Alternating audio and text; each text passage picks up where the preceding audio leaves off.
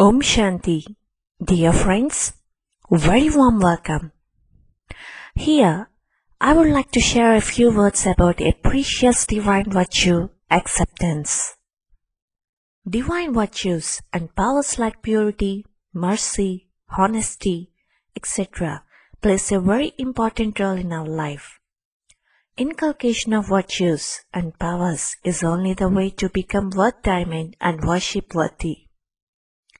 Acceptance also is one of the extremely needed divine virtues that can bring not only the simplicity in our life, but it is also the foundation on which divine powers like power to tolerate, power to accommodate, power to face, etc. can be built. We can inculcate these virtues in three ways. First one is acceptance of things, or to accept things related to the self. It means we have to accept the comments of others not only regarding our specialities but also about our weaknesses and defects. If someone alarms us regarding our unpleasant behavior or any mistake committed by us which is going to be harmful to others, then we have to accept it and have to show willingness to change ourselves. Then, criticism from others will act like blessing, which helps to transform our nature from vicious to divine. But sometimes, because of being under the influence of body consciousness, we would take their alarm as an insult, and to escape from the scenario or to hide our mistakes, we make others a target of their defects and weaknesses. At that time, we forget a very important practical aspect that by opposing the person, criticizing us, or by counting his mistakes, the evil nature within us would neither be transformed nor the good virtues be inculcated. Whereas, to accept is the golden beginning of the self-transformation. Usually, most of the people think that to accept or to confess their mistakes will lead to degrade their image. But this is a big misconception.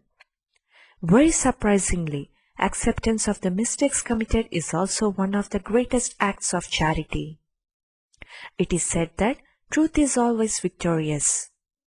For example, Brian Tracy says, truthfulness is the main element of character. When we confess our guilt, the power of truth within us will emerge, and truth has the power to make the person in front of us contented. The very best example that can be given in this case is the autobiography of Mahatma Gandhi, My Experiments with Truth. In his autobiography, Mahatma Gandhi has admitted each and every mistake committed in his life. Every word written in his book is glorified with truth and made this autobiography one of the world-famous compositions. Mahatma Gandhi used to say, confession of errors is like broom that sweeps away the dirt and leaves the surface cleaner than before. The person who accepts his mistakes would always be pardoned and would get blessings which protects him from committing mistakes further. Even judicial law also has an option to forgive or to minimize the punishment to be given to the accused if he himself accepts the commission of his crime. Secondly, we have to accept the situations and obstacles that can arise in the path towards success. Always the first step of victory over a situation is to accept it. An incident described in the story of Mahabharata shows that one can achieve the victory only when he accepts the challenge of situation. For example, Uttarkumar was the son of King Virat and was fighting the battle on behalf of Pandavas. The young prince set out for the battlefield, but after seeing the Kaurava army, he became very nervous. He ran away from the battlefield. At the end of the battle, the Pandavas emerged victorious, but Uttarkumar, in spite of being with Pandavas, remained a ridiculous example for being coward because of his inability to accept the challenge of battle.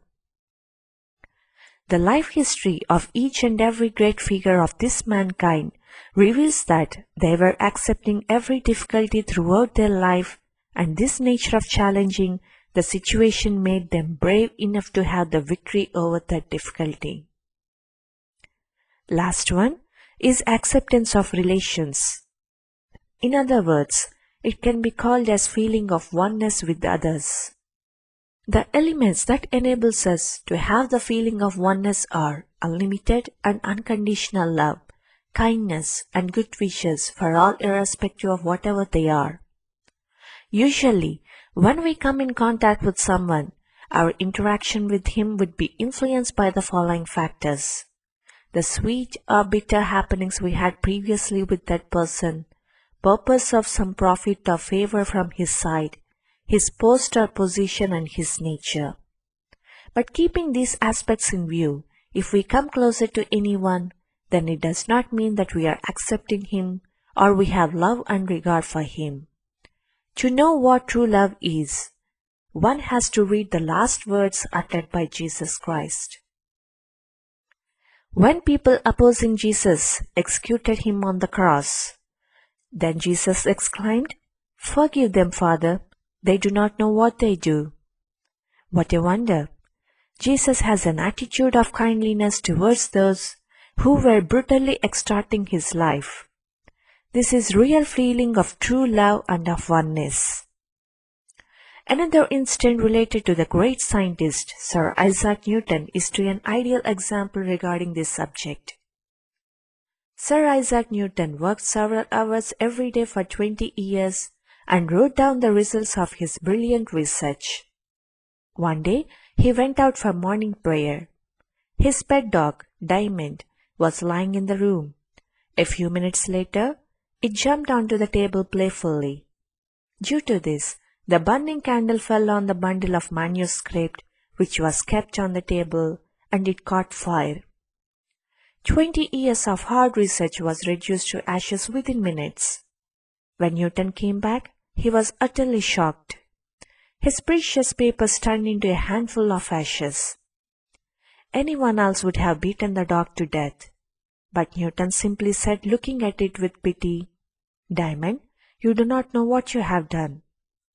How great was his kindness for the dumb animal! This shows that Newton's heart was as great as his head.